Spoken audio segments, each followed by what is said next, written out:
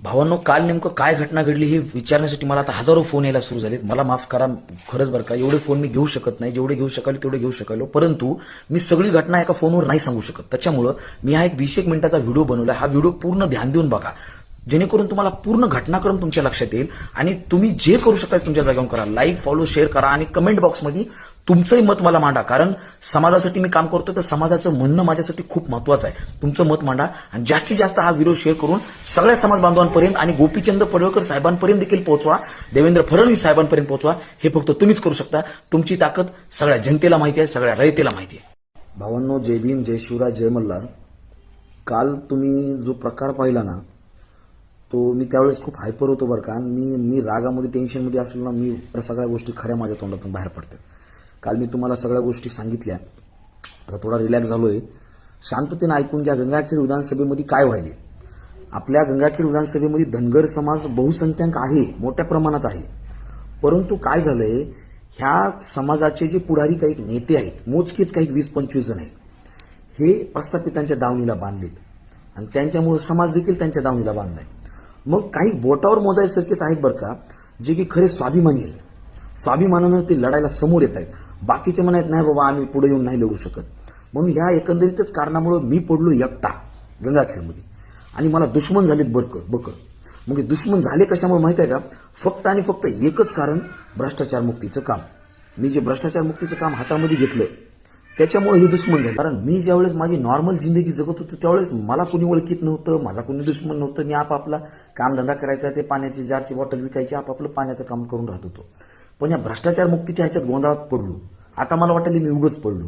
कारण मला कसं झालं माहिती आहे का, मेन जो राक्षस आहे प्रस्थापित, त्याला मी खटकायलो. उदाहरणार्थ, त्याच्या खाली जे चेले लावलेत ते खऱ्या अर्थानं चायपेक्षा किटली गरम झालीत.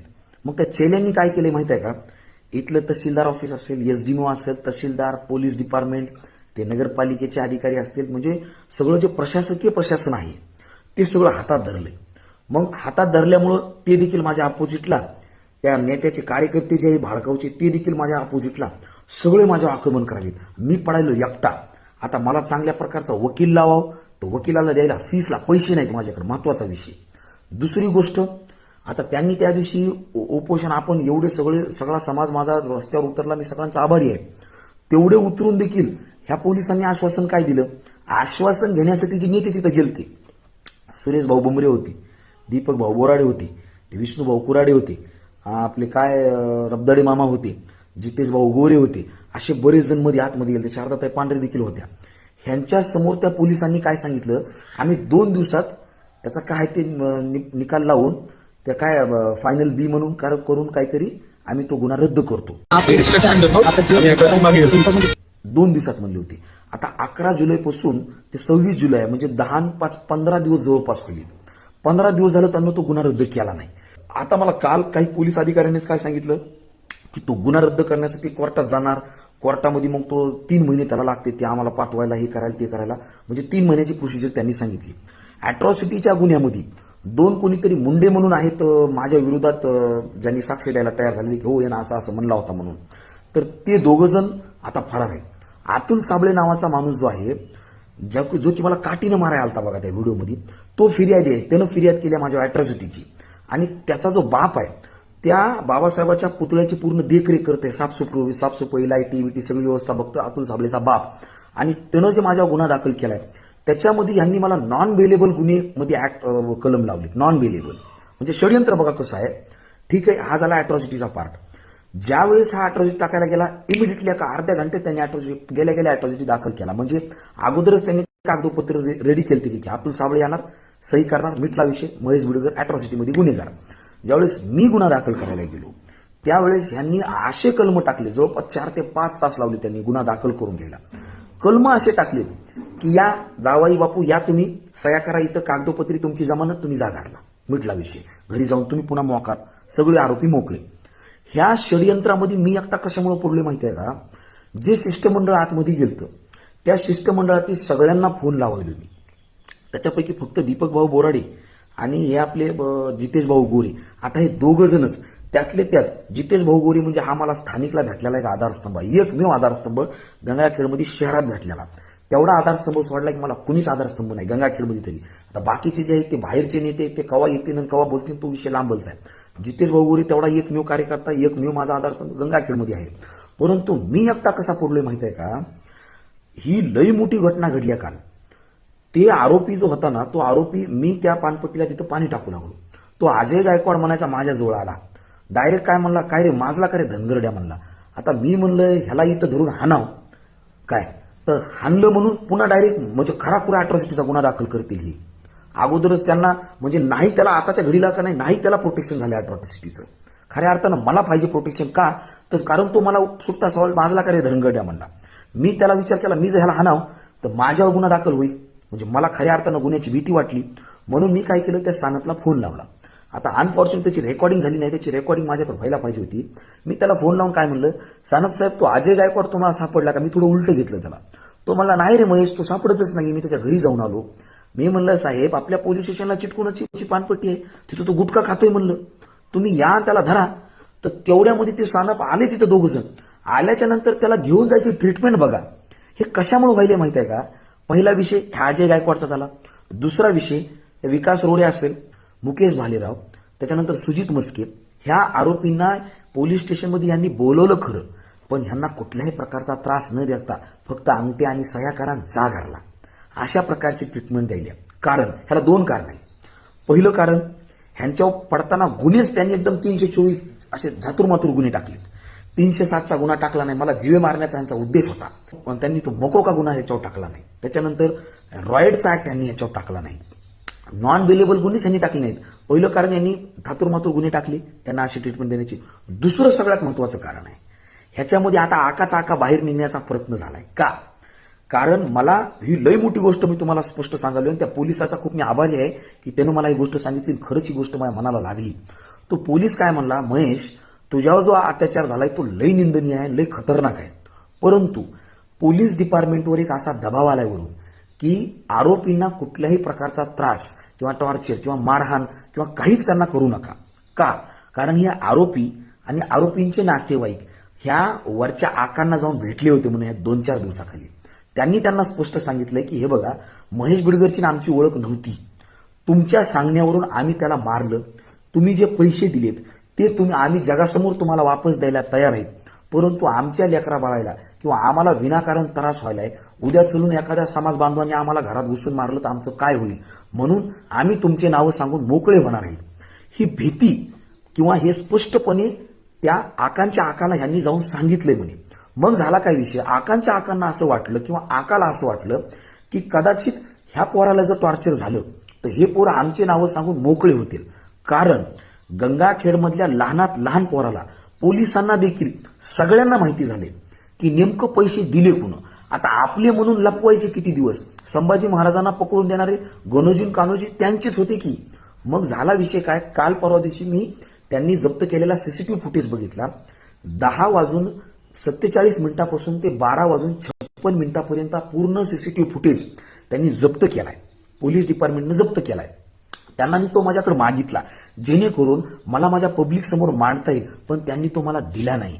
काहीतरी कारण दाखवलं, महेश आम्हाला देता येत नाही, आम्हाला असं आम्हाला तसं, कारण त्यांना वाटलं खऱ्या गोष्टी बाहेर पडतात. त्या सीसीटीव्ही फुटेजमध्ये मला पोलीस स्टेशनमध्ये ज्यावेळेस ह्या रोडे असेल, तो अजय गायकवाड तो आताचा, पुन्हा शुभम भालेराव असेल किंवा अजून एक जण आहे हरामखोर, त्या 5-6 जणांनी ज्यावेळेस मला घेरलं पोलीस स्टेशनमध्ये, घेरलं, त्यांनी मला माफी मागायला गेली, मी तिथं देखील माफी मागितली, व्हिडिओ देखील काढला. त्याच्यानंतर काय झालंय, स्वतः बाबा पोलीस तिथं आलाय. आता किती दिवस आपला म्हणून सोडायचा, आणि आपला म्हणून सोडू नका. धनगर समाज बांधवांनो, विधानसभेमधल्या गंगाखेड विधानसभेमधल्या सर्व माझ्या बांधवांना विनंती आहे, हे भाडखाऊचे जर आज माझ्यावर उलटत असतील हे गणोजी कान्होजी, तर उद्या हे तुमच्यावर बी उलटणार. हा तिथं आल्याला स्पष्ट दिसतोय. त्यानं त्या विकास रोडेच्या हाताला धरून आतमध्ये घेऊन गेला. 5 मिनिटं तो आतमध्ये काहीतरी बोलतो. 5 मिनिटानंतर तोच विकास रोडे जो शांत झाला होता तो बाहेर येतोय. बाहेर आल्याच्या नंतर मला धक्काबुकी करतोय. धक्काबुकी करून सुजित मस्के, अतुल साबळे, त्यासोबत अजून एक आहे, हे 2-3 जण मला असे माझा तो पिवळा रुमाल असा गच्चीला धरून बाहेर ओढीत नाही. तो PSI पठाण तिथं बसलेला आहे. तिथं सगळे पोलीस अधिकारी आतमध्ये आहेत पोलीस स्टेशनमध्ये. हे सगळे सीसीटीव्ही काढले त्यांनी. पण व्हायले काय माहित आहे का, जिसकी लाठी उसकी भेस. आता पोलीस अधिकाऱ्याकडे ज्या ज्ञानोबा सानप पोलीस अधिकाऱ्याकडे जो तपास दिला API कडे, तो तपास निष्पक्षपाती करीन कसा. किंवा पीआय डोंगरे जो आहे हा निष्पक्षपाती तपास करीलच कसा? कारण गुन्हेगारच आहेत, पोलीसच आतमध्ये गुन्हेगार आहेत. मग त्यांनी निष्पक्षपाती तपास जर केला तर मेन गुन्हेगार तर पोलीस आहेत. कारण पोलीस स्टेशनमध्ये मी सेफ्टीसाठी पळत गेलतो, तिथून त्यांनी बाहेर नेलं म्हणजे पहिला गुन्हेगार तर पहिला गुन्हा तर ह्या पोलीस स्टेशनवर झाला पाहिजे. कारण तुम्ही एखादा समजा मी आरोपी आहे, समजा माझ्या हातात चूक झाली बी, अरे त्याच्यावर मला गुन्हा दाखल करा ना माझ्यावर. तुम्हाला कायदा हातात घेण्याचा अधिकार कोणी दिला? तुम्ही आतापर्यंत ज्यांना ज्यांना मारता, मी गुन्हा केलाय का नाही महाराष्ट्राला माहिती आहे, एखाद्यानं गुन्हा केला बी, तुम्ही कायदा हातात घेणारे कोण आहेत? मला सगळ्यालाच माझा प्रश्न आहे, कायदा हातात घेणारे. मग आता उद्या माझ्या धनगर बांधवांनी जर कायदा हातात घेतला आणि ह्या हरामखोरा 9-10 जणांना जर चापटिलं, मग तुम्ही आमच्यावर केसेस करणार का? तुम्हाला जशाला तसं उत्तर भेटणार.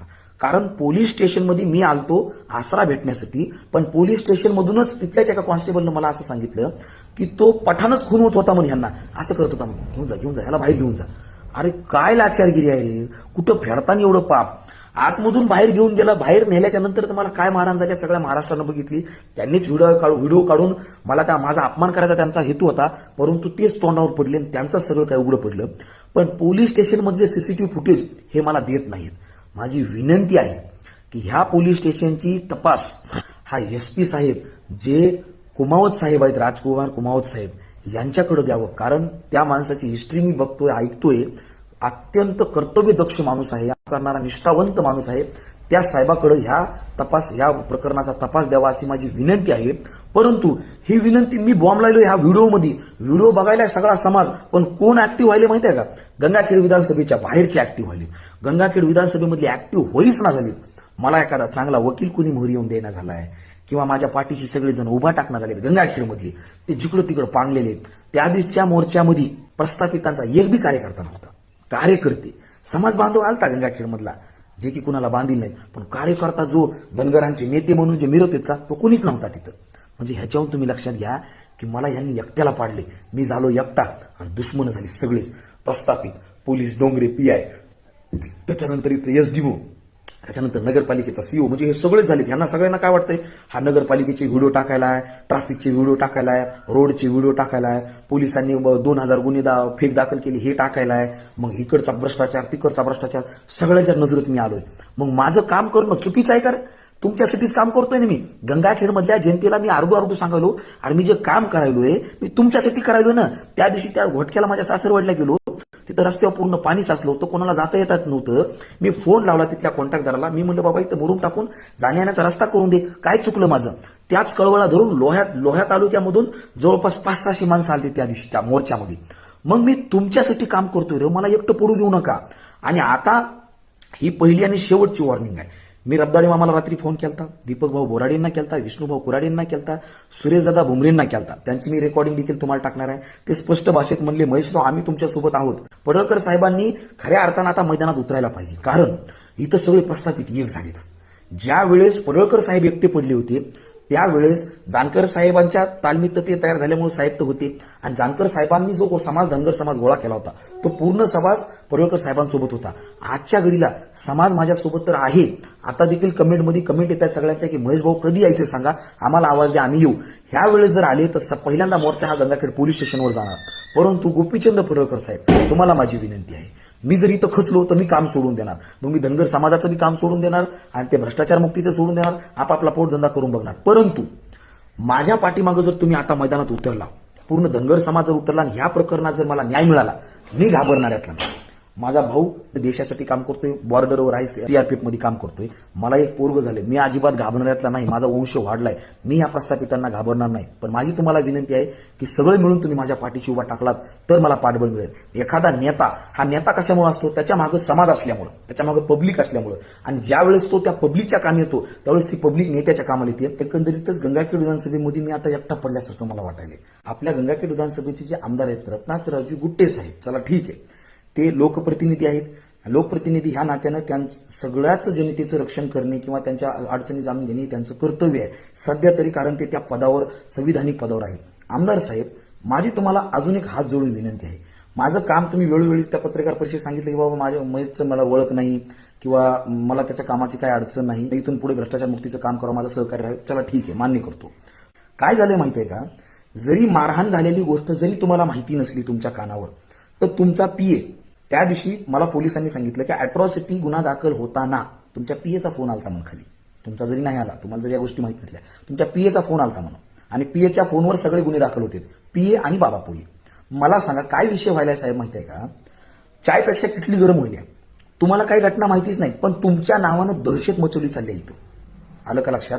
अकबराच्या दरबारामध्ये तुम्हाला माहिती आहे का, त्या बिरबलला त्या चौकीदारानं म्हटलं होता की तुला अकबर जे काही बक्षीस देईल त्याच्यापैकी अर्ध मला दे, मग तुला आतमध्ये सोडतो. बिरबलला आतमध्ये सोडलं. बिरबल अकबराच्या समोर गेला, म्हणला मला 50 कोटी द्या म्हणला. तर तो अकबर म्हणला का असं 50 कोटी का मागतोय? तर तो म्हणला तुमच्या चौकीदारानं मला अर्ध बक्षीस मागितले. मग तो बिरबल म्हणतो ये इकडं, चौकीदाराला बोलवतो आणि त्याला म्हणतो तू याला अर्ध बक्षीस मागितलंच, पण मी तुला सगळंच बक्षीस द्यायचं ठरवलंय. मग यांनी बक्षीसमध्ये काय मागितले? 50 कोटी. हा तसा खेळ झालाय. तुमच्या नावानं या हरामखोर खाली दहशत मचवायली. या हरामखोरांचा तात्काळ बंदोबस्त करा. आणि आता पोलीस स्टेशनवर जरी तुमच्याकडून दबाव जरी नाही आला तरी या बांडगुळांकडून दबाव आलाय, कारण ह्यांना माहिती आहे की ते नावं डायरेक्ट माझे सांगणार आहेत. सगळ्यात महत्वाचा विषय, पैसा दिलायच बाबा पोलीनं, बाकी कुणच दिला नाही. बाबा पोलीनं पैसा दिलाय, त्याचा ऑलरेडी माझा गुन्हा दाखल आहे. त्यानं पाठीमागं मला प्लॅन करून मारहाण केली होती, कारण त्या पुलाच्या इस्टिमेटची माहिती काढली होती. आपण जो ब्रिज बनायलाय बाबासाहेबाच्या चौकामध्ये, त्या पुलाचं इस्टिमेट काढलं होतं म्हणून माहितीच मांडली होती, म्हणून त्यानं मला मारहाण केली होती. त्याचा ऑलरेडी माझा गुन्हा दाखल आहे. सुनील तांदळे, बाबा पोली या दोघांवर, बरोबर 14 गुन्हा दाखल आहे. दोघांची नावं मला माहित नाहीत. मग ह्यानं मेन पैसे दिलेत. विकास रोडीकडे महत्वाचे पैसे दिले. जमानती करताना विकास रोड या सगळ्यामध्ये त्यांनी जवळपास प्रत्येकाला 10,000 हजार रुपये दिलेत, अशी खबर सगळ्या गंगाठरामध्ये पसरली. जमानती करताना विकास रोडीकडे 10,000 रुपये दिले, त्याच्यापैकी 7,000 रुपये विकास रोडीनं जमानत करणाऱ्या त्या पोलिसाला दिले, 3,000 रुपये आपल्या खिशात टाकले आणि JK बारवर जाऊन सगळ्यांनी दारू पिल्या. सगळ्या घटना माहिती आहेत सगळ्यांना. परंतु काय झाले, पिक्चरमध्ये काय घडायलंय हे बघणाऱ्याला माहिती आहे, मला माहिती आहे, पण मला ते सांगता येत नाहीये. पिक्चरमधल्या हिरो आणि त्या विलनला सगळ्याला त्या मधल्याला माहिती नसतं की नेमकं कोण कोणाचा दुश्मन आहे. तसं मला सगळ्या गोष्टी माहिती आहेत, पण मला तुमच्यासमोर मांडता येत नाहीत, कारण सगळे मला विलन झालेत. म्हणून माझी विनंती आहे गृहमंत्री, मुख्यमंत्री साहेबांना तात्काळ कारवाई करा आणि माझा न्याय करा. गोपीचंद पडळकर साहेब या माझ्यासाठी धावून मला एकटं पडू देऊ नका, कारण तुमच्याच जीवावर, तुमच्या आधारावर मी ही प्रस्थापितांच्या विरुद्ध विस्थापितांचा लढा उभा केला होता.